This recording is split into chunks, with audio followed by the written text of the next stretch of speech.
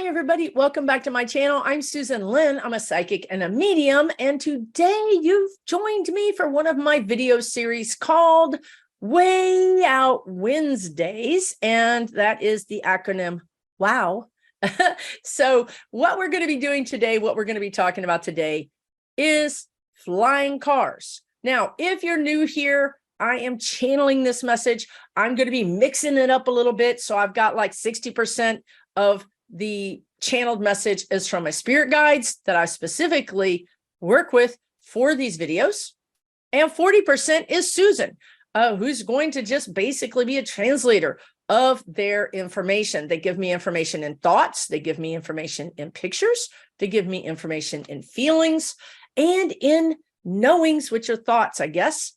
Now, Susan, part of this, the part of me that is the human receptor of all of this various information, tries to make sense of it very quickly and then spout it out of her mouth in words. Sometimes that works really well. Sometimes it doesn't. You're about to see in real life how this is going to go down. So it's interesting. I want to tell you guys that the way your spirit guides, and you probably have just seen a video about spirit guides. If you watch my WOW videos, my last video, I think, was about spirit guides. So you would understand. If you have not watched that video, please check it out after you watch this one about flying cars, because this is coming to you faster than you think it is.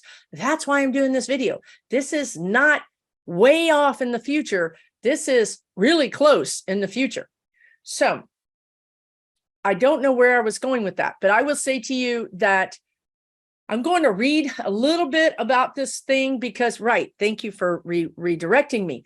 How your guides will talk to you is they'll send you like a video. You'll see a video, you'll see an ad, you'll see a newspaper or an article about something. Somebody will walk up to you and tell you about something. Your spouse, your friend, your sibling, anybody will tell you something and it'll just hit you and you'll be like, wow, that is guidance, folks.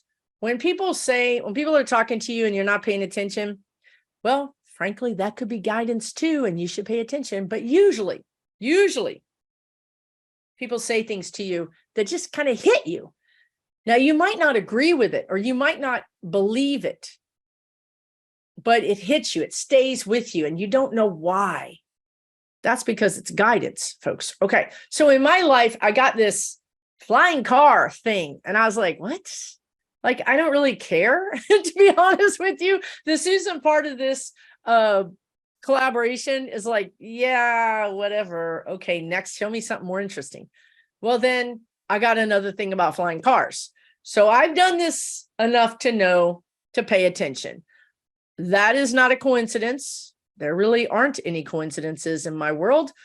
That is guidance. Okay. I'm like, all right, let me look about this flying car thing. Now, again, I'm not totally like a techie person. Like, I wouldn't be one of the people that are on a waiting list to get one. I don't think. But I am a very practical, pragmatic person. So if there's a practical, pragmatic solution to a problem I'm experiencing in my life, yeah, I'm going to get on the waiting list to get one of these. So let me tell you a little bit about, just briefly, this particular, now there's a lot of people, a lot of probably Elon Musk, who I'm not a big fan of, probably has a flying car, right? But what's important and interesting about this company is that they got a special FAA certification to allow them to test their flying car. That's a big deal. That's like, we're literally really on the steps to making this happen. This isn't just a prototype. This isn't a bunch of geeks in a garage, which these people were just a bunch of geeks literally in a garage, but they've taken it to the next level. Now this is a real thing. And what I think is interesting about their flying car is that this thing is a car.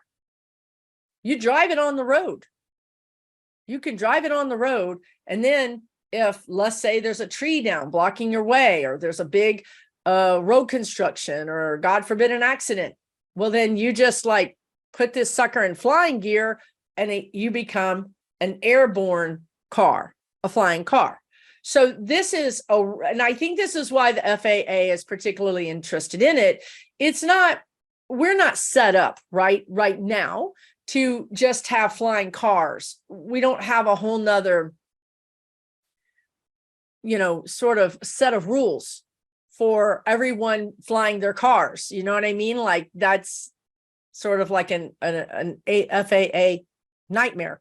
Now, as cars get better at avoidance, right, then that becomes a more of a thing.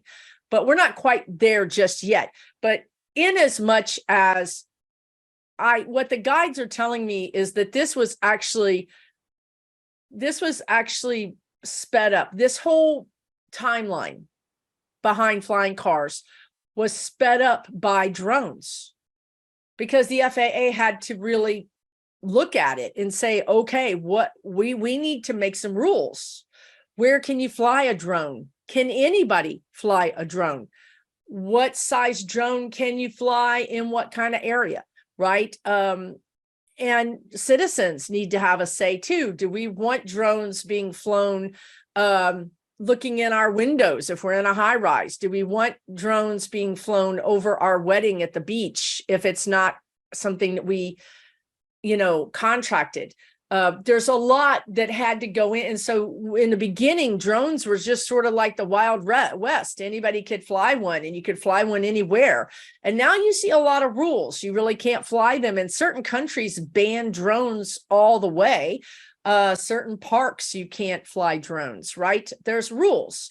And now there's actually FAA certification behind flying some drones. You actually have to have like a drone pilot license. So the fact that all of this infrastructure kind of came together very quickly around drones helped the FAA kind of get to this place, leapfrog, if you will, technology, leapfrog technological laws and ideas into actual flying cars, because now we have a sort of a context for people to get an FAA license for flying their drone.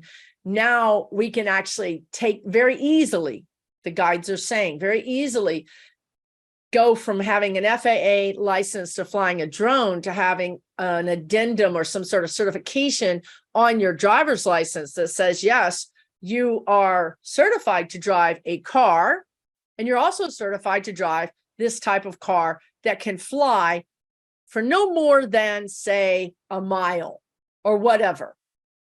And the guides are saying this is sort of how it will begin. Your car, you're certified to fly no more than a half a mile. So basically that gets you over the traffic congestion, or it gets you over whatever obstacle is in your way. As your expertise, you get more expertise the longer you can fly that car. So if there's a 10-mile stretch where the traffic is terrible, perhaps you could actually be able to fly over that. Now, the guides are showing me, of course, what's going to happen, because necessity is the mother of invention, is that you're going to have Uber. You're going to have a new level of Uber drivers that, or maybe it'll start out as a taxi, because you're going to need insurance and you're going to need a special car, that kind of thing. So it might need to really be backed up by some sort of corporate entity.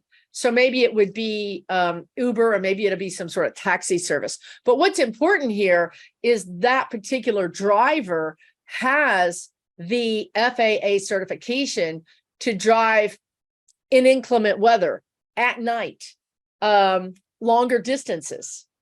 So whereas Susan might have a license where my flying car can just go up and down, maybe I can be in the air for a total of 5 minutes or half a mile, whatever that is. And maybe that's good enough for me. There's always going to be people with money that want, to skip the traffic.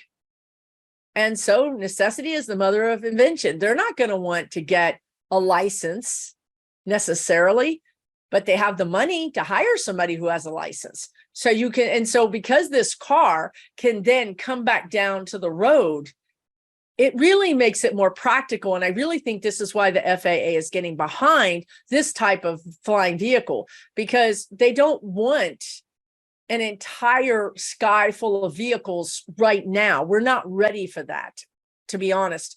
But the occasional vehicle in the sky, we can handle that. Also, because the guides are telling me, because and by the way, this car that this company, and their name is Alef, ALEF Aeronautics. You can look them up. They're taking pre-orders, folks. I think for like $1,500, you can get a pre-order. And for $300,000, you can buy this car, right? So the reason the FAA is getting behind this is because it just solves problems, right? It's electric. And so it's not polluting.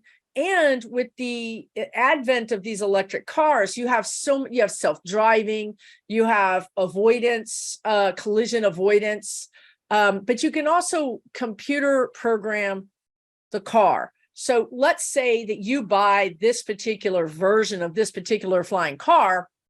It's never going to go above, say, 200 feet or whatever it is. It's going to have a height restriction, and it's going to have an in-air restriction. Okay. So, and it's also going to have, they're showing me this kind of radar mapping. So it's going to be able, this sounds crazy, but this is why you're watching Waaay Out Wednesdays, right? Because this is the realm of crazy made real right here. They're good. I'm seeing this weird radar mapping, but it looks like a 3D, like a grid, and it's able to go over objects. So like, here's my microphone, right? So it can go over the object and know this is the beginning, this is the top, and this is the end. So it mapped that 3D object, and now it knows that the car can come down after that 3D object. Now, why this is important is because if your car is locked, the computer system is set up to only allow you to fly 100 yards. And this problem that you're trying to fly over lasts 150 yards, it's not going to let you even take flight because you're not going to be able to land. Do you understand what I'm saying? So, yes, this requires a lot of trust in computers, but this is where we're going. This is where we're going, like it or not. Again, there was a time not that long ago, many of us remember, before Google, right? I mean, come on, technology is advancing. What we want to make sure of as citizens is that it advances in an equal way to the largest degree possible. So, of course, I asked my spirit guides, well, is this just going to be something that rich people are going to be able to do? They're going to be able to not have to sit in traffic, right? They're not going to be able to have to sit on one side of a bridge when the bridge is under construction or whatever, right? I mean, yes, that's true because money funds technology. That is true. However, what really happens a lot as well is the government gets involved, right?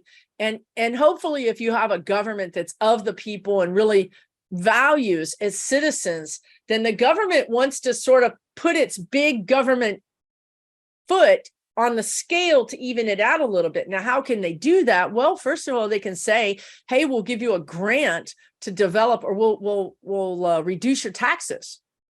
But we want you to also build a bus that can do the same thing, right? We want you to do something that will help our citizens. We're going to use our ability as the government and to try to level the playing field a little bit. So the citizens also get something from this. So in this way, I can see the government saying that, you know, one big benefit for the government is this is electric. Another big benefit for the government is, well, if there's 25% less cars on the road around an accident, then that's a plus, right? That's going to lessen the gridlock. So, I mean, there are some payoffs here. The guides are saying there are payoffs here for humanity. Even if mainly rich people are using this service, there still is a payoff for, you know, the broader perspective, let's just say. So the other thing I want to mention is that if you guys really like technology and you like the cutting edge of technology, be looking at what the military does. The military is why we got the internet. It was developed for the military. So you can better believe that if I'm looking at a car right now, that can be a car with wheels that rolls down the road, but can also lift itself up in the air and fly down the road. You better believe that this technology is already being used by the military. Or if it isn't being used, it was deemed not usable, something we don't want. But definitely this technology is going to be used by the military. They keep showing me, and I don't know why, other than maybe because this is something that I'm aware of. I've experienced those military vehicles that would be able to be a boat and then go on to land.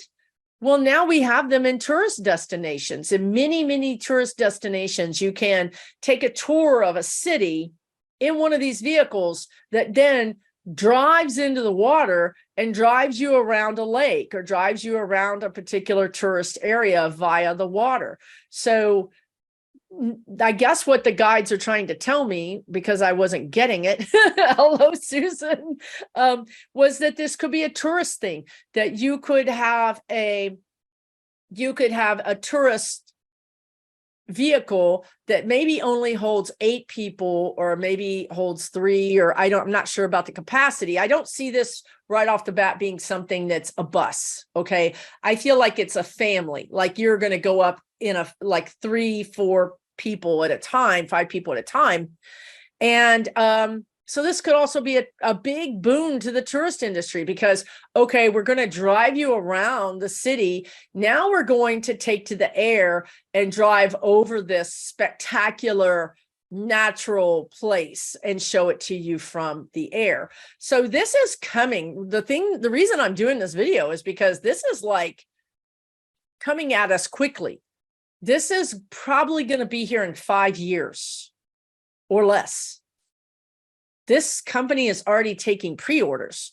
So this technology, so the FAA obviously feels like this technology is one that they can bet on being safe because they've gotten the certificate to allow them to fly prototypes.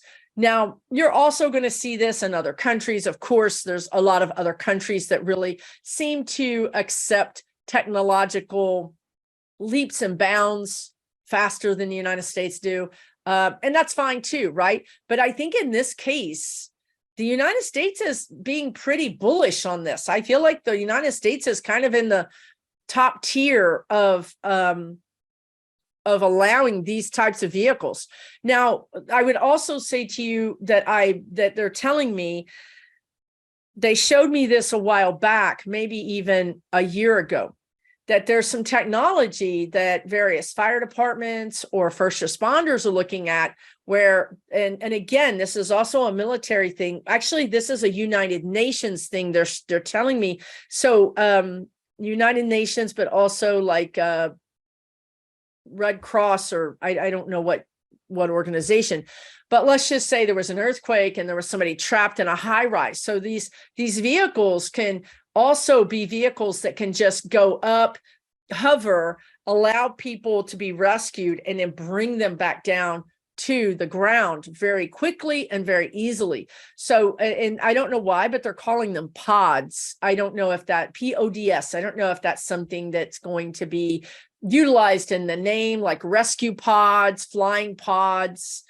I don't know why they're calling them pods. Except for that, I was just talking to them, except for that I call them pods. When I was kind of joyriding, for lack of a better description. The alien, when I was in the alien craft and I was joyriding, it was a very small craft. It was really me and one other person, or maybe three, one in the back. It was very, very small. And I was piloting those. I called it a pod because it was so small. It even looked like a pod. It looked like the shape of a aerodynamic, like an oyster shell, if you will, sort of that kind of shape, but it was very aerodynamic. And so it had a very, pointed area, and then it would go up to include two people, and then one person in the back. And I'm saying people, but I don't know what they were. Were they aliens? Were they drone? I don't know what they were. I don't know. So anyway, back to flying cars.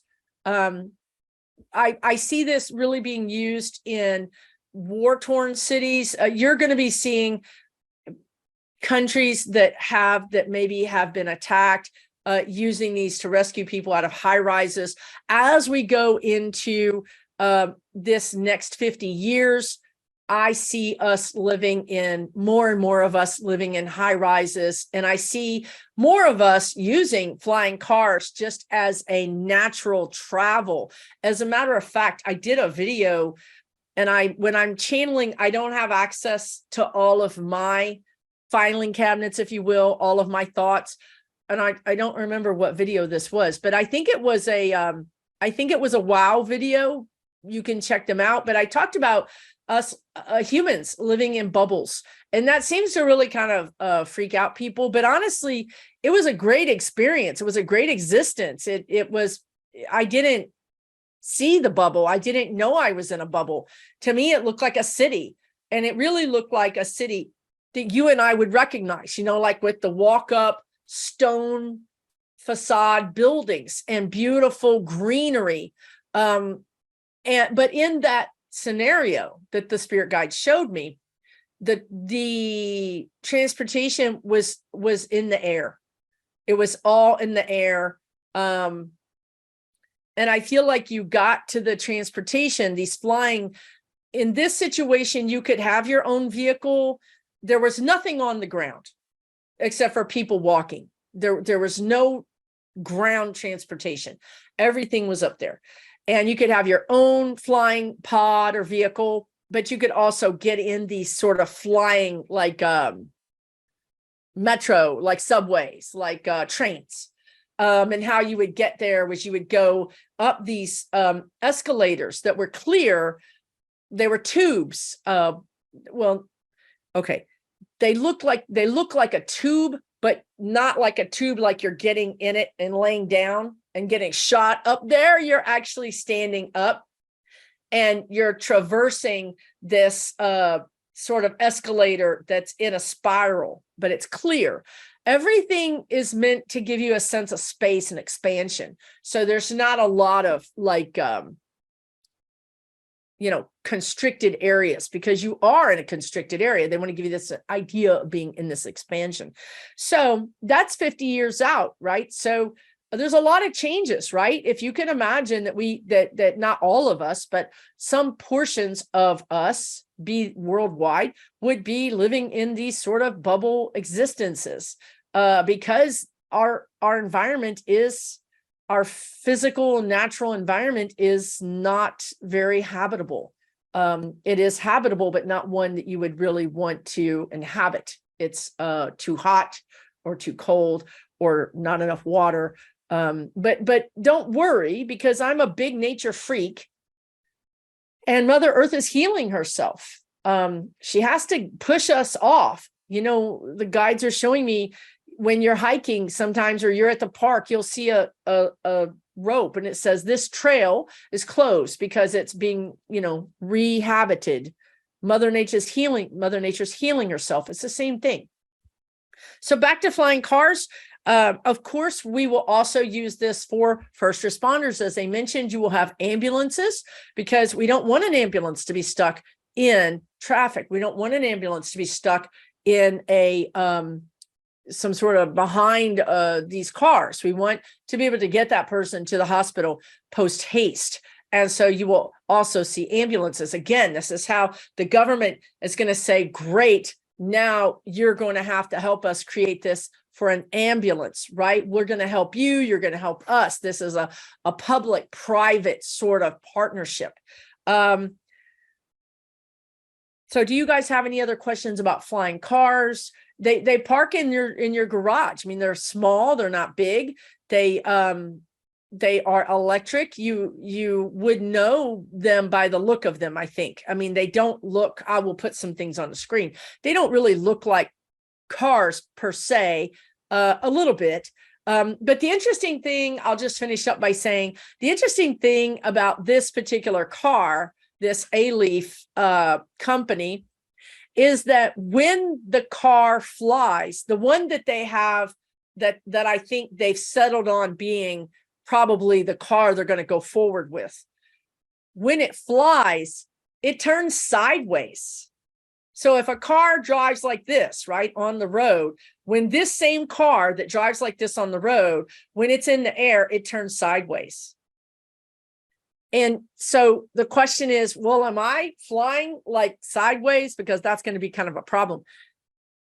Ingenious idea, they put a gimbal in the seat of the car. And that's why when you have your phone and you turn it this way, the picture turns this way, and you turn it this way and the picture turns this way, that's a gimbal. This is a bigger gimbal so that when the car turns sideways to fly, your seat pivots. So you're always upright, even though the car is flying sideways. Very interesting, right? You guys could check it out. I'll leave their website here on the screen for you guys to check it out. What's really important is that this is coming. The most important thing you need to understand is time is speeding up. Technology, we're going to be going through leaps and bounds of technology. If you just think about the past 20 years, what we've accomplished in the last 20 years, even if you think about the last 10 years, huge leaps of consciousness in my lifetime, right? Like I started out with a rotary phone. Seriously, a rotary phone. And then there were pagers, right? And then there were cell phones and then the internet in the middle of all of that. This is, I started out with a phone book, right? Flipping through a phone book to find somebody's phone number. Remember the days of driving with a big paper map, trying to navigate and look at the map at the same time. People think this is distracting. You ought to try looking at a tiny little street on a map, So if you just take a second and think about all of the amazing technological leaps and bounds that humans have done, this is nothing, baby. This is nothing. We are going to be making even bigger leaps and bounds in medicine, in healthcare, in every part of your life. We're going to be making leaps and bounds. Now, of course, there are areas that humans have just flubbed up. That we flubbed up the environment. We continue to flub it up. We can't quite seem to get it in our heads. This is a problem because profit gets in the way. Yes, we're dealing with that. We will deal with that. Humans are very, the guides want to say, we're very versatile. We can overcome things. We will overcome this. We will get our wits about us and start valuing the environment. We will get our wits about us and start understanding that technology should be for the better kind of mankind, of humankind. We will start creating more ethical governing boards for technology in general, but it's here to stay. And really and truly, we're on a real amazing sort of fast track with technology, one that in 5 years, you yourself may be in a flying car trying to get to the airport on time because you were able to get that taxi, that flying car taxi, and all of a sudden you can get to the airport in 30 minutes and not an hour and 20 minutes, right?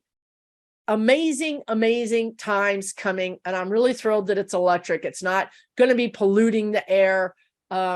This is the way of the future. And surprisingly, I'm kind of excited about it because I'm not a techie person, but I will say this, I really don't like traffic. So maybe this is a win-win for that pragmatic side of me, right? Take really good care. Thanks so much for tuning into this Way Out Wednesday video. I will leave a link where you can go to the playlist and watch all the Way Out Wednesday videos, which there are many, and cover every kind of topic you can imagine, from aliens to soul contracts to ghosts to energies that maybe you accidentally bought a piece of jewelry at an antique store and oops, there's an energy attached to it. So many things that are really, I feel, kind of helpful in your life. But it would be helpful to know, well, like this, like maybe in a few years, you and I will wave at each other as we pass each other in our own flying cars. Take really good care. We'll see you again next Wednesday.